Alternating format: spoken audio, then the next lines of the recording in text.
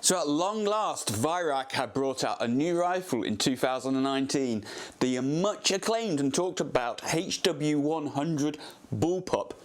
Is it all it's cracked up to be? Is it all that new? Well, I'll tell you what, keep watching. I've managed to get one off one of my subscribers. I'll tell you exactly what I think of it.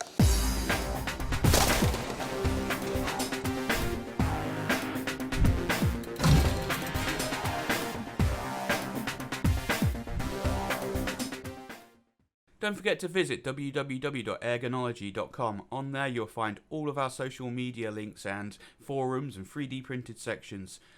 Facebook group is there for you to discuss anything you want to do with air rifles, air pistols and technology. Our dedicated forum where you can buy and sell anything that you want with regards to air rifles and air pistols. As well as our 3D printed section where you'll find the cradles that you can purchase for the chronographs for FX and the ATM ballistic rangefinders. Hi there YouTubers, it's Steve here from Airgunology and welcome to the channel. Today we've got an air rifle and a very new one as well as of July 2019, the HW100 Bullpup. Big thank you to Eric, one of my subscribers, for lending me this rifle. Anyway, on this channel we do a whole lot of air rifle reviews, we do air pistols and technology reviews. So if you're new here or you stumbled across us, don't forget to hit that subscribe button down below, hit the bell notification. Check out also the YouTube video description, because in there we do all of our 3D printing links there. The FX cradle, radar cradle, is selling like hotcakes, ATN cradles, focus wheels. We've also got a website where you can sell your rifles and your equipment and buy. We got our Facebook group and our forum, and there's a load more. Check it out down there. But anyway, straight on to the main feature of today, and the main feature being the brand spanking new HW100 Bullpup. Like I said, I saw this at the British shooting show and then the Northern shooting show, where I managed to talk to Tom from Virak and he walked us through the rifle, and Eric has got one and has kindly lent it to me. So the big question, and I've seen a lot of people talking about this, the threads went ballistic on Facebook when this was announced. Oh, a brand new Virak, yay! Oh no, it's just a HW100. And it went on and on and on. You know how it goes. Virak, the best rifles in the world, the HW100, it is the best rifle. You'll see a lot of people saying that. You know what, they're not far off wrong actually. I did a review, I'll leave the link up here somewhere, I can never remember which side, but I'll leave the link up there. I did a review on the HW100, I loved it. It was a great rifle. Is it the best rifle? Well, that's debatable, and it will continue on the internet forever. But this is based off the HW100, so is it a brand new rifle from Virak? Yes. It's a Bullpup. It is different. Is it the brand spanking new?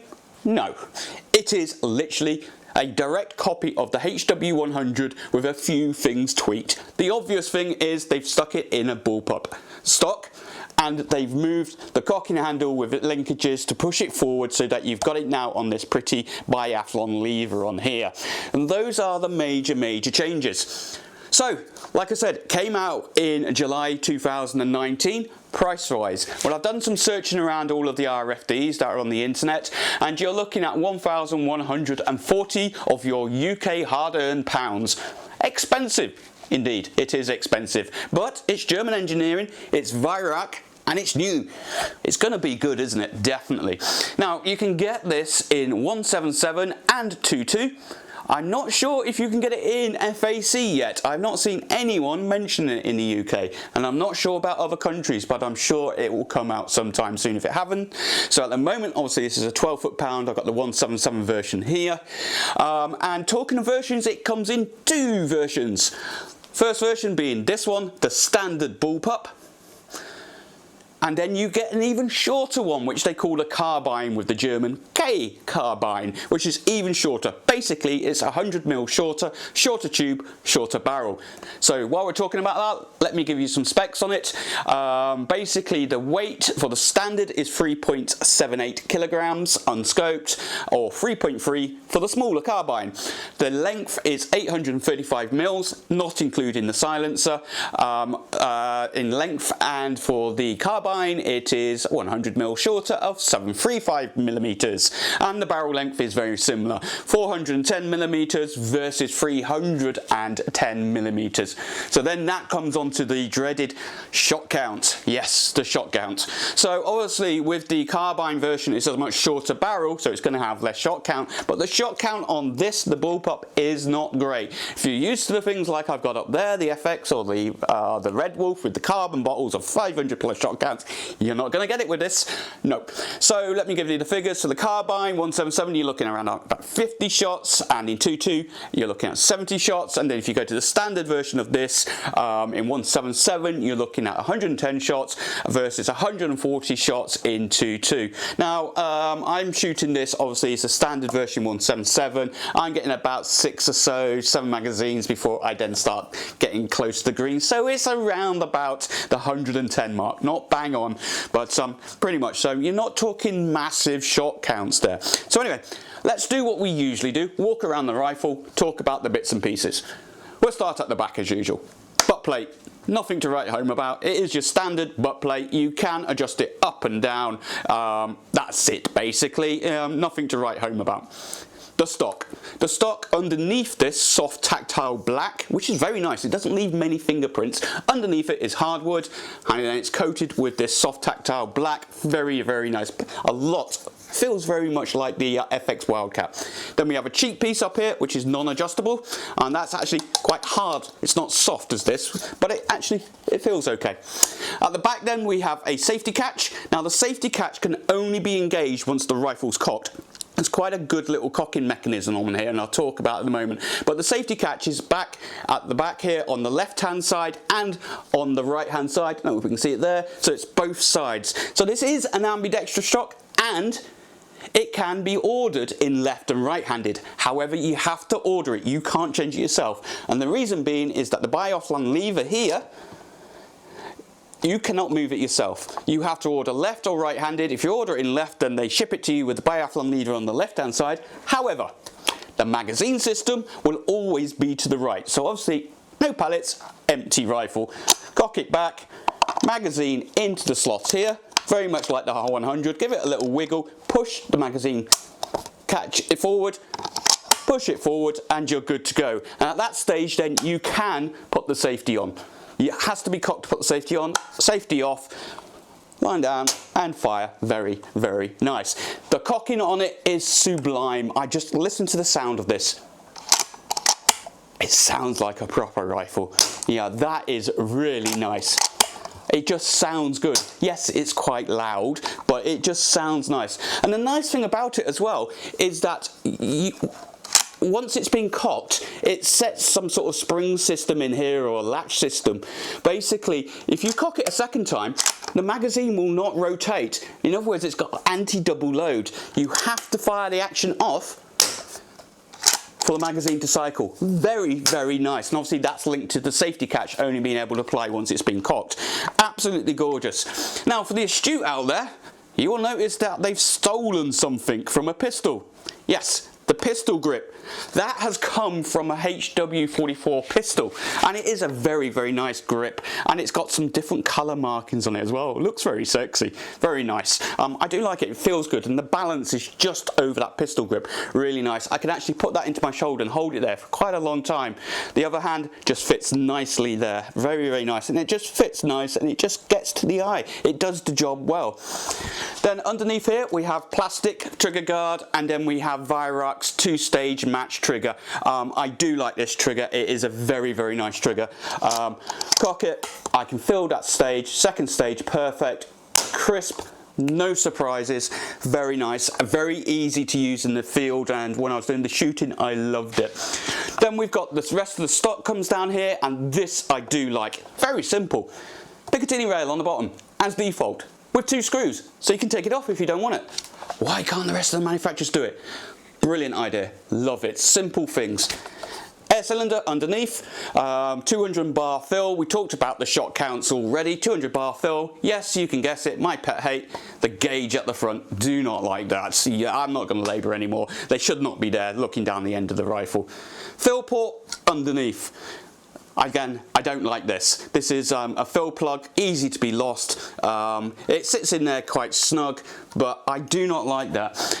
The rifle itself will come with two 14-shot magazines, 177 and 22, both 14 shots, and you'll get the fill probe with it as well. It's your standard push-in type fill probe.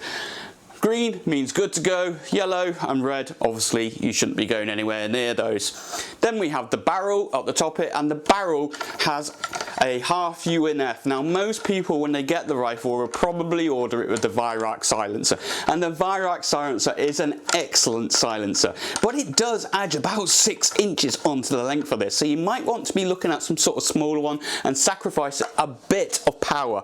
But if we now hold the rifle up, can you imagine the carbine even shorter than that? Yeah, the carbine, I'll leave some pictures of that, but you are going to need a silencer. Ow! That is ear-splittingly loud. It's one of the most noisiest ones I've heard. You're definitely going to want a silencer on there. But like I said, the only downside with the package that they actually give you here is that silencer is huge. It'll be easier if you get a bigger, stubbier one to put on there. It'll be much nicer. But there's plenty of options. And if we do again, quietens it down so much nicer. And if we flip the rifle around, not much more to talk about at all. There's nothing on the other side apart from the safety catch, but there's one part I've missed, and that is the rail system. If you have a look up there carefully, you'll notice it's Picatinny here and then dovetail. And don't you hate it when you get yourself a rifle and you think, oh, it's dovetail, oh, it's Picatinny, I've got to get new mounts. No, not with this. And again, Virak, I love you for this. Everyone else should copy you. The Picatinny part is a separate adapter that slides over the dovetail, and then there's 3 screws, which you can, 2 and 3 of them. So if you want just dovetail, take the 3 screws off, slide the Picatinny off, bingo. You want Picatinny, slide it back on, put the 3 screws in, good to go. Nice, simple idea. It's just simple things like that. That Picatinny rail, some thought's gone into the design of this rifle. Overall, the woodmanship underneath, I mean the synthetic stockmanship, is absolutely second rate. You know, it's brilliant, second to none, I should say. And the bluing and the finishing and the lettering all over it, all the way down to the HW100 markings on it, absolutely fantastic, as you would expect from Virak. And it feels a very, very nice rifle to hold and fire.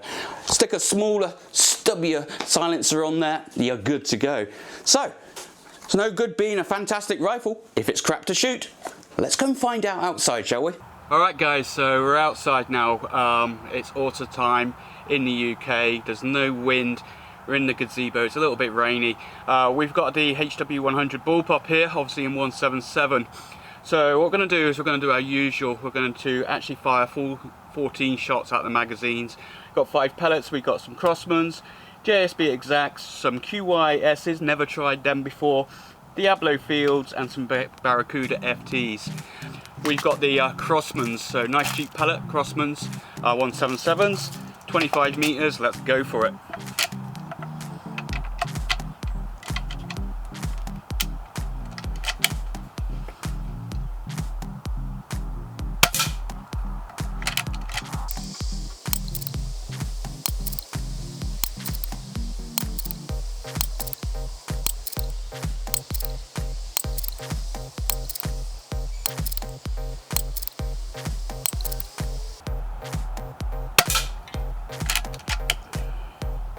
Okay, so next we're going to go with the old favourites, the JSB Exacts, the 844 grain ones. Same thing, 25 meters, unsorted.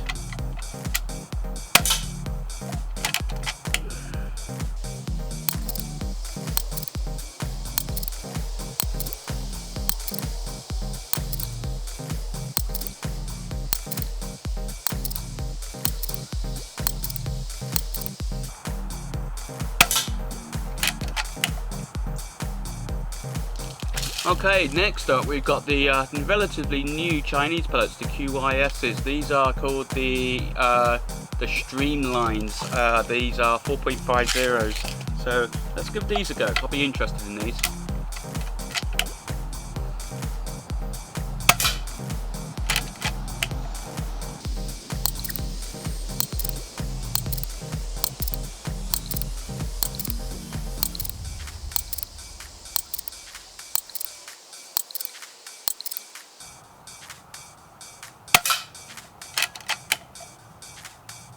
Next up, the very popular AA Diablo fields. These pellets generally are quite good in most rifles.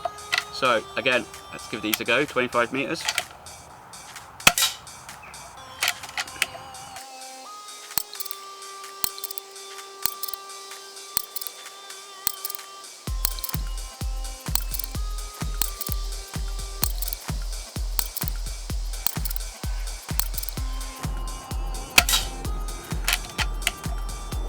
And finally, a new pellet for me here is the Barracuda FTs. This is from H&N.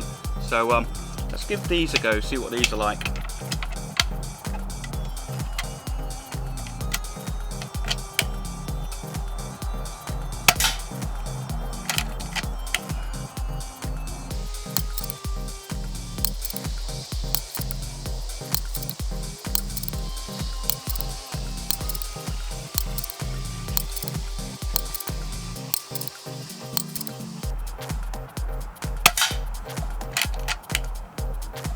So there we go, quite rapid fire in there. Again, done it on the rest to reduce the human element in me, but just looking through that scope there, from what I can see, certainly the Barracuda FTs and the AAs and the QHYs are very, very close, but we'll take it all back upstairs. We will give you my final thoughts on it all, and tell you what I think of the HW100 Bullpup, but certainly accurate enough. Okay, so we're back inside, and a lovely, lovely autumn day there. A little bit of rain, but hardly any wind. And I was wondering about whether this will be as good as a full-length HW100, or if it being slightly shorter. I have shot it offhand. I have shot it with a bipod. It fits well, it feels nice, and obviously much easier to shoot as a bullpup than a long rifle from a freehand position. Nicely get up to the eye. It's really, really nice just to bring up. It sits there. The weight is all in the right place as you expect with a bullpup. But ultimately, what was it like to actually shoot and how accurate it was? Well, as you know, I'm not a great shot, and a lot of you ask, why do I put it in a rest? That's cheating. Simple. I'm trying to take the human element out for my air rifle reviews, and I want to give them all a fair shot and basically make them as accurate as possible. I know it's cheating. Crossmans. Not brilliant. Cheap old pellets, yeah, okay, not the fuss. But the JSBs, you know, the go-to choice for most people, very, very respectable there. And then in the middle here, we've got, I think the QHY or QHS, I can't remember the name of them. I'll leave a picture. But basically, these are the new Chinese pellets that everybody's raving about. Pretty damn good. I'm impressed with them. And then we come down to the AA Diablos, Field Diablos. I love these pellets. They always seem to perform well in most rifles.